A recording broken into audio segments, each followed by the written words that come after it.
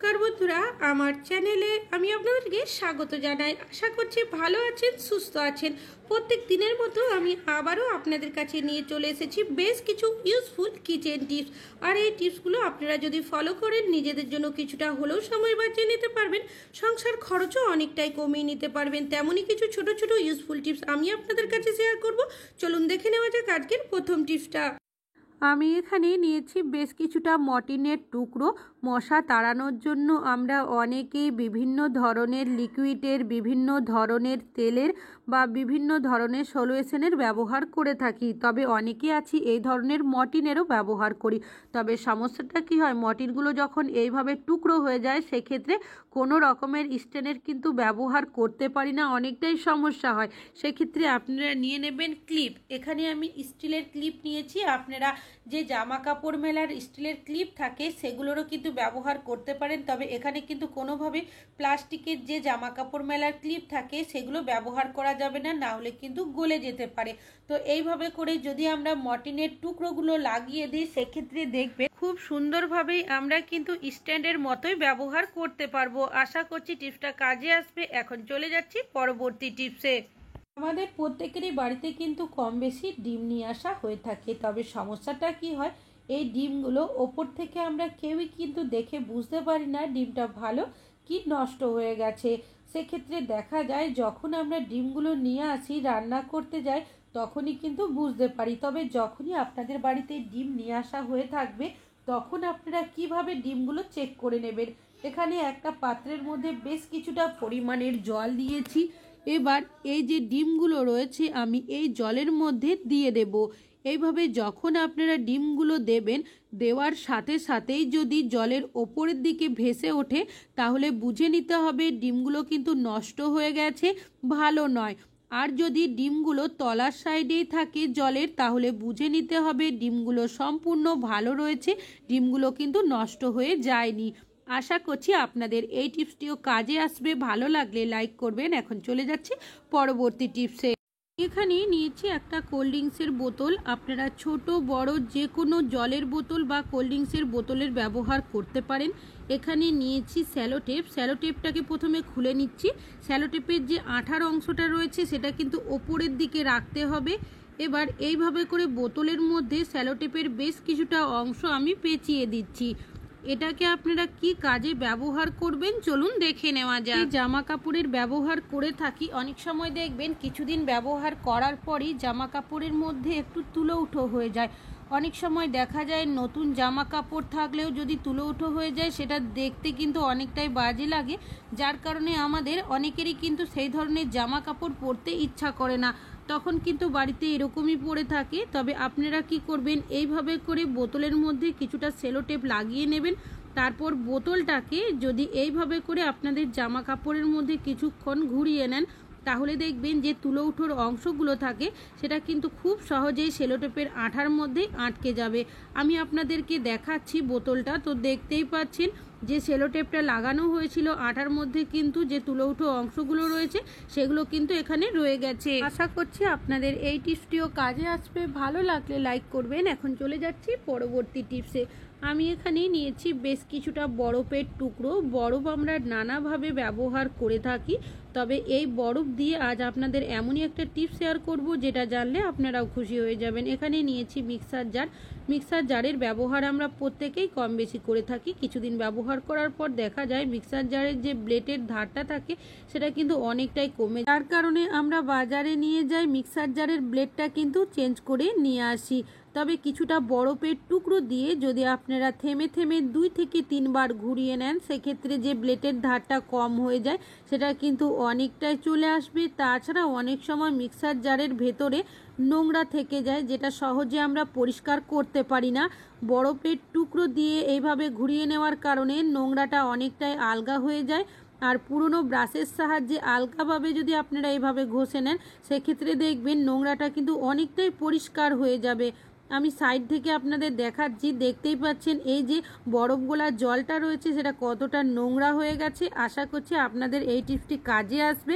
এবার পরিষ্কার জল দিয়ে ধুয়েও আপনাদেরকে দেখাচ্ছি। দেখতেই পাচ্ছেন মিক্সার জারের যে ব্লেডের ধারটা চলে গেছিল সেটাও চলে এসছে, এমনকি যে নোংরাটা ছিল সেটা কিন্তু একদম পরিষ্কার হয়ে গেছে।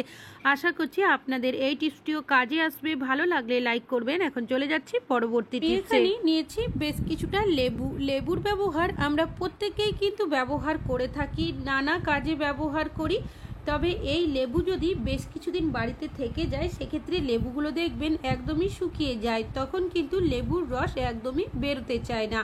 তবে যখনই আপনাদের বাড়িতে একটু বেশি পরিমাণের লেবু নিয়ে আসবেন, কি করবেন, নিয়ে নেবেন সামান্য পরিমাণের তেল। আমি এখানে সর্ষের তেল নিয়েছি, আপনারা সাদা তেলেরও ব্যবহার করতে পারেন।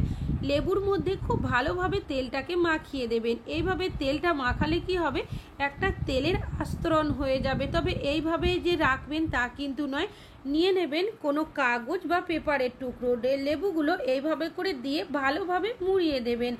তো কাজটি কিভাবে করছি সেটা একটু ভালোভাবে দেখলেই বুঝতে পারবেন। তারপর নিয়ে নেবেন কোনো কন্টেনার বা টিফিন বক্স।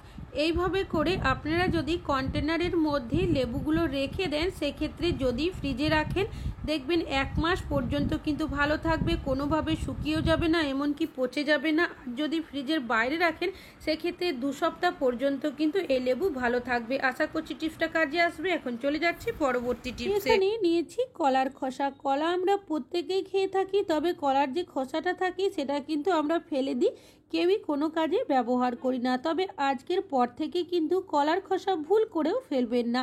কিভাবে ব্যবহার করবেন, দিয়ে দিয়েছি বেশ কিছুটা পরিমাণের চিনি, আর নিয়েছি এখানে কফি পাউডার।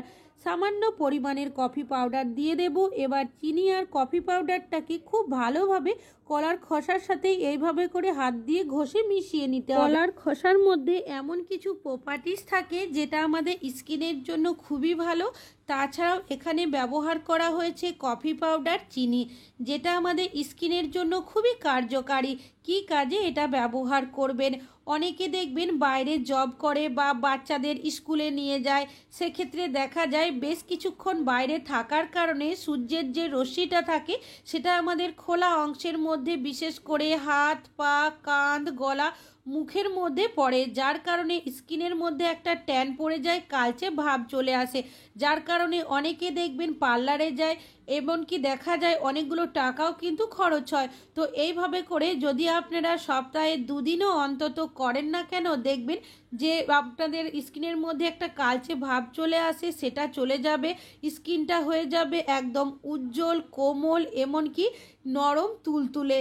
আর তাছাড়াও এইভাবে করে চাইলে আপনারা কিন্তু 2 বারও ব্যবহার করতে পারেন। তবে 2 বার যদি না করেন সেক্ষেত্রে অন্তত 1 বার করলেও কিন্তু খুব ভালো কাজ দেবে। তো দেখতেই পাচ্ছেন এইভাবে করে কিছুক্ষণ আমি ঘষে নিয়েছি।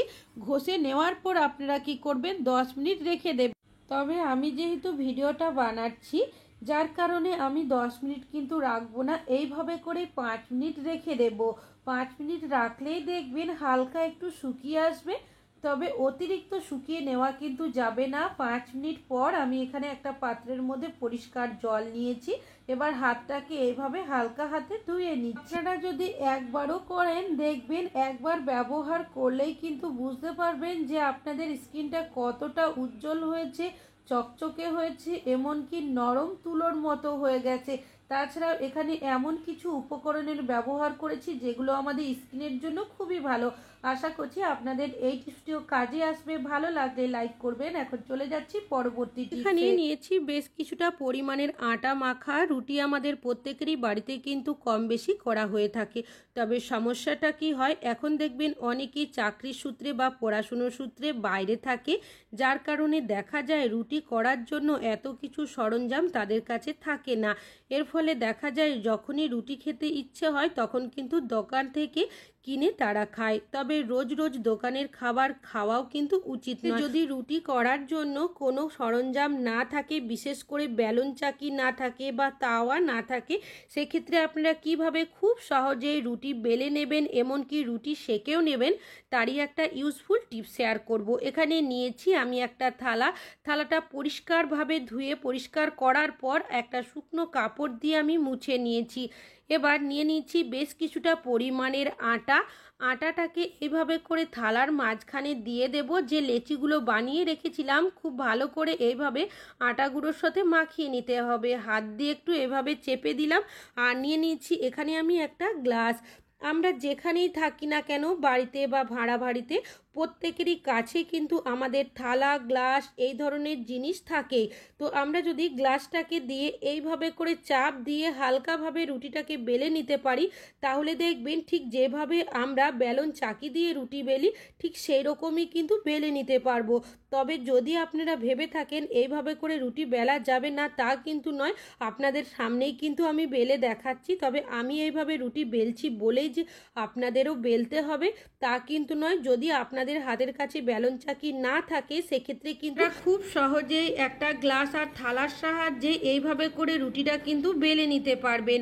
তবে একদমই যে সুন্দর হবে বেলন চাকির মতোই তা কিন্তু নয়, তবে কাজ চালানোর মতোই কিন্তু হয়ে যাবে। তো আপনারা এখন নিজেরাই দেখতেই পাচ্ছেন যে রুটিটা কতটা সুন্দর বেলে নেওয়া হয়েছে। তবে যদি ভাবেন যে এইভাবে রুটি বেললে ফুলবে না, তা কিন্তু নয়। এই রুটিটা কিন্তু আপনাদেরকে সেকেও আমি দেখাবো, তাহলে কিন্তু আপনারা নিজেরাই বুঝতে পারবেন যে রুটিটা কতটা সুন্দর। আপনাদের রুটি বেলার এই টিপসটাও অনেক বেশি কাজে আসবে। তবে এই রুটিটা সেকেও কিন্তু দেখাবো যে কতটা সুন্দর হয়েছে। তো আমি এখানে নিয়েছি একটা প্রেসার কুকার। এখন যেহেতু অনেকে পড়াশুনো সূত্রে বা চাকরি সূত্রে বাইরে থাকে, সেক্ষেত্রে রুটি করার জন্য যেমন বেলন চাকি তাদের কাছে থাকে না, ঠিক সেরকমই দেখা যায় তাওয়াও থাকে না। তো আপনারা কি করবেন, যে প্রেসার কুকারে রান্না করেন সেটা নিয়ে নেবেন। এইভাবে করে গ্যাস ওভেনের মধ্যে আপনারা উল্টো করে বসিয়ে দেবেন। আর এখানে কিন্তু অনেকটাই গ্যাপ রয়েছে, আঙুলের সাহায্যে আপনাদের দেখিয়েও দিলাম, এটা কিন্তু কোনোভাবেই চাপা যায়নি। এবার প্রেসার কুকারটাকে ভালো মতো গরম করে নেবেন। তারপর যে রুটিটা আমি আগে থালার সাহায্যে বেলে নিয়েছিলাম, সেই রুটিটাই প্রেসার কুকারের মধ্যে এইভাবে দিয়ে যখন রুটির একটা সাইড একটু সেঁকে নেওয়া হয়ে যাবে, খুন্তির সাহায্যে এইভাবে করে আমি 3 থেকে 4 বার উল্টো পাল্টা করে হালকাভাবে সেঁকে নেব। যখন রুটির দুটো দিক এইভাবে সেঁকে নেওয়া হয়ে যাবে, তখন চাইলে আপনারা কিন্তু যে রুটি সেঁকা থাকে সেটা দিয়েও ডাইরেক্ট গ্যাসের মধ্যে সেঁকে নিতে পারেন। তবে আমি কিন্তু রুটি সেঁকা দিয়ে আজ সেঁকবো না। নিয়ে নেব এখানে একটা কিচেন তাওয়াল। কিচেন তাওয়ালের সাহায্যে আমরা যদি রুটিটাকে চেপে চেপে হালকাভাবে এইভাবে করে ঘোরাতে থাকি, তাহলে দেখবেন রুটিটা কিন্তু খুব সহজেই এইভাবে করে সেঁকে নেওয়া হয়ে যাবে। তো আপনারা কিন্তু এখন নিজেরাই দেখতেই পাচ্ছেন যে রুটিটা কতটা সুন্দর ফুলেছে। আশা করছি আপনাদের এই টিপসটিও কাজে আসবে। ভালো লাগলে লাইক করবেন। আজকে এখানেই শেষ করছি।